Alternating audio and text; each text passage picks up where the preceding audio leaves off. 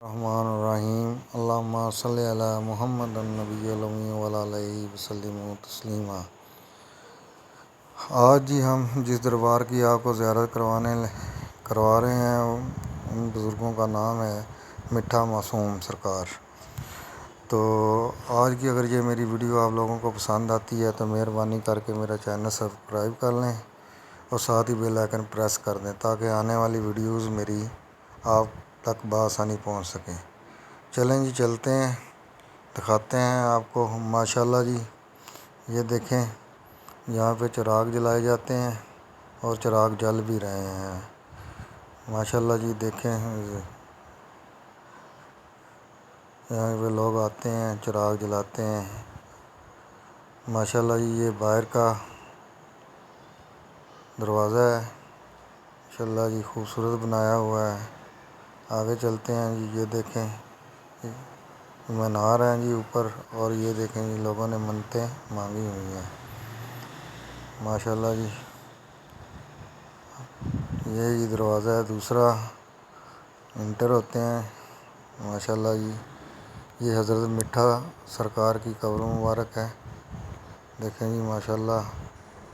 اللہ پاک جی ان کی قبر پر کروڑوں رحمتیں نازل فرمائے۔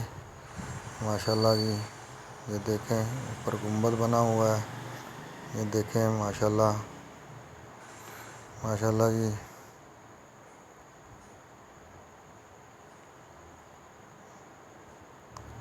دیکھیں جی ماشاءاللہ، یہ جی حضرت معصوم نگیانہ صاحب کی قبر ہے۔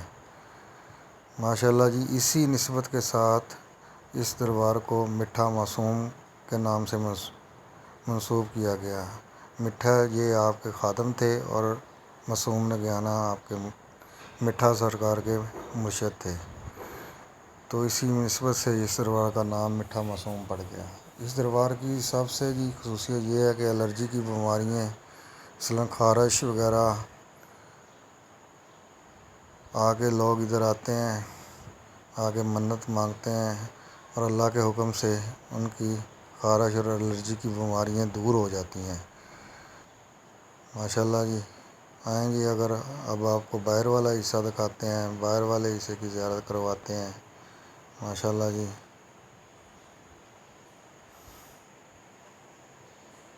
دیکھیں ماشاءاللہ قبر مبارک ہے، یہ دیکھیں جی یہ حسین ہے، یہ مسجد کا گنبد نظر آ رہا ہے۔ ماشاءاللہ جی ابھی یہ گنبد تیاری کے مراحل میں ہے اور یہ حسین میں بھی کام ہو رہا ہے، مسجد کا بھی کام ہو رہا ہے۔